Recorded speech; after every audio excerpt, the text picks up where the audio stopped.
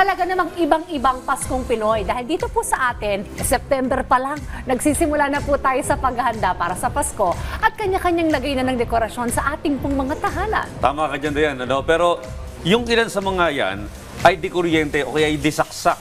Kaya medyo nagiging mabigat sa bayarin, ano? Lalo na sa bills.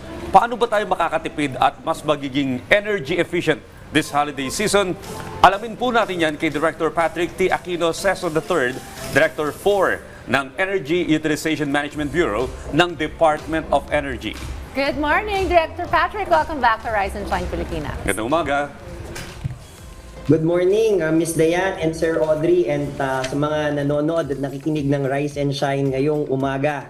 Alright. Sir Patrick, bakit po ba mahalaga ang energy efficiency tuwing panahon ng Kapaskuhan? Paano ba ito makatutulong sa ating pong mga kababayan?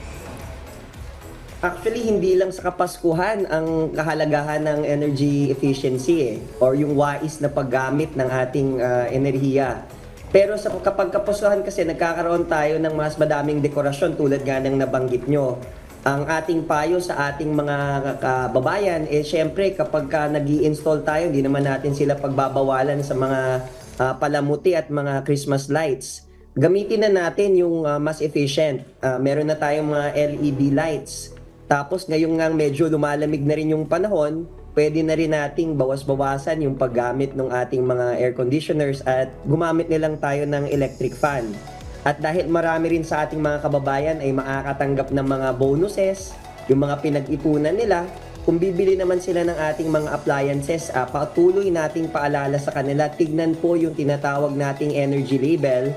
Ito po yung asul at dilaw na nakapaskil po dun sa ating mga bibiling appliances at piliin yung mas madaming stars. 1 to 5 po, yung 5 stars ang pinaka-efficient o yung mas mataas pong numero kung yun po ang gusto nyong tignan. Okay, sir, alam naman po natin kapag Pasko, no? Kanya-kanyang kabit tayo ng mga dekorasyon, lalo na yung mga Christmas lights, parol. Paano po ba makakatipid ng kuryente ang mga Pinoy habang gumagamit ng mga Christmas lights at iba pang uri ng electronic decorations? Ang importante natin, parati nating payo nga kung bibili na rin tayo ng mga Christmas lights, palitan na natin, mag-shift na tayo dun sa LED na lights. Pangalawa, kasama namin ang DTI dito, pag bumibili po tayo ng mga Christmas lights, siguraduhin po natin na meron tong ICC or PS Mark para nakakasigurado rin tayong iwas tayo sa sakuna or sa risko po ng sunog. Pangatlong paalala natin, wag po tayong gagamit ng octopus, yung patong-patong po yung pagsasaksak ng ating Christmas lights.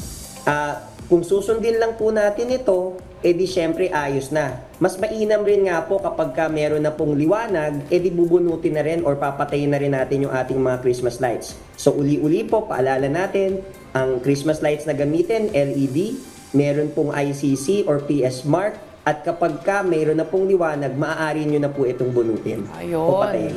So let's be conscious sa ating mga purchasing decisions. Tsaka check the label. Mga practical tips po yan. Now, Director Patrick, kapag panahon naman po ng handa at reunion sa party, ano po yung ilang mga tips na maibibigay po ninyo sa ating mga cars para mabawasan naman po, makatipid po sila sa pagkonsumo po ng enerhiya at kuryente? Siyempre, ngayon nga, di ba, kapag may mga gatherings nga to, yung ating pagtitipon-tipon, pagsasama-sama, dahil malamig na yung panahon, pwede natin siyang gawin outdoors kung hindi naman siya umuulan. So, hindi na rin tayo kailangan gumamit ng mga room air conditioners. Pagdating naman dun sa pagluluto ng ating mga pagkain na isi-serve dun sa ating mga gatherings, syempre ang ating rekomendasyon ay gumamit ng mga energy efficient.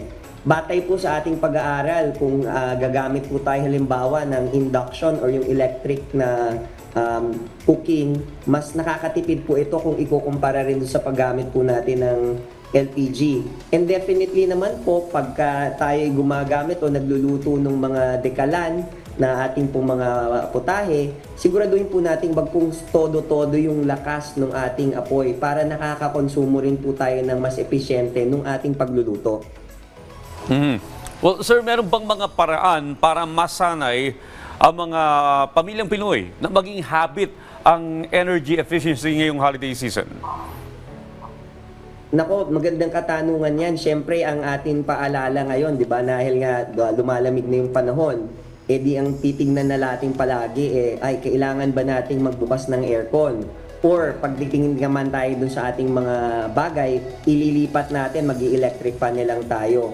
Ang ating pong paalala, lalo na ngayon dahil nakikita po ng ating mga kabataan yan sa kanila pong mga ginagawa na kapag hindi po natin ginagamit yung appliance, patayin po natin or bunutin po natin yung saksakan. Kapag po ang appliance ay meron pong standby power or umiilaw, kumukonsumo pa po ito. Kaya nga ang ating paalala, bago po lumabas ng kwarto o kaya nasa opisina, tignan nyo po kung merong mga appliances na naiiwang meron pong sindi, siguraduhin po natin naka-switch off yung power strip or bubunutin po natin. Sir, ano naman po ang papel na ginagampanan ng renewable energy sources sa panahon po ng bakasyon sa Pilipinas? Nakapakahalaga talaga ang ating renewable energy resources. Madami na rin po ating mga kabahayan at mga negosyo ang nag-i-install ng mga tinatawag po nating renewable energy sources kagaya po nung sa rooftop solar.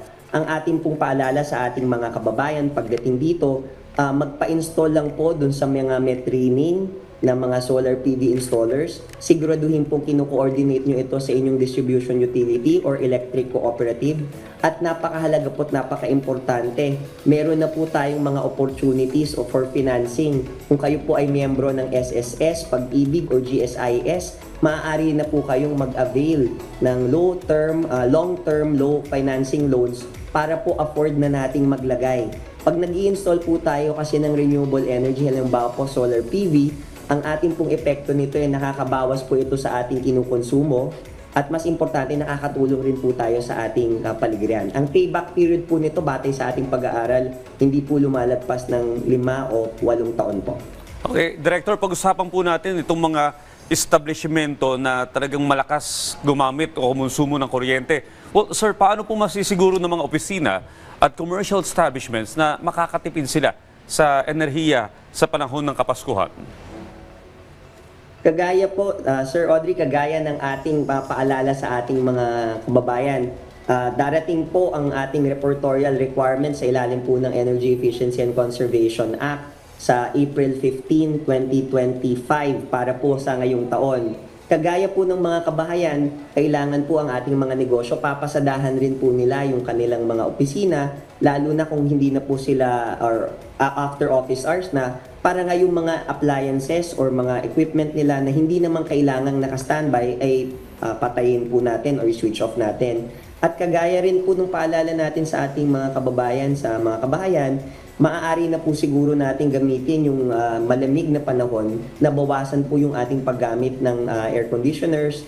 Siguraduhin po nga yung thermostat nga nasa 24. Pero ngayon dahil malamig, hindi naman na siguro kailangan ng ibaba pa ito ng todo. Mas malamig na po ngayon ang panahon kaysa sa 24 degrees na nakasetting sa ating aircon. At kung maaari nga po, gamitin po yung natural ventilation at natural lighting para mabawasan nga po yung lighting at yung cooling requirements. Lalo na nga po ngayong panahon ng medyo malamig po ang ating klima. O, panghuli na lamang po, Director Patrick, ano pong inyong mensahe sa ating pong mga kababayan tungkol sa energy efficiency tuwing Christmas season? Go ahead po.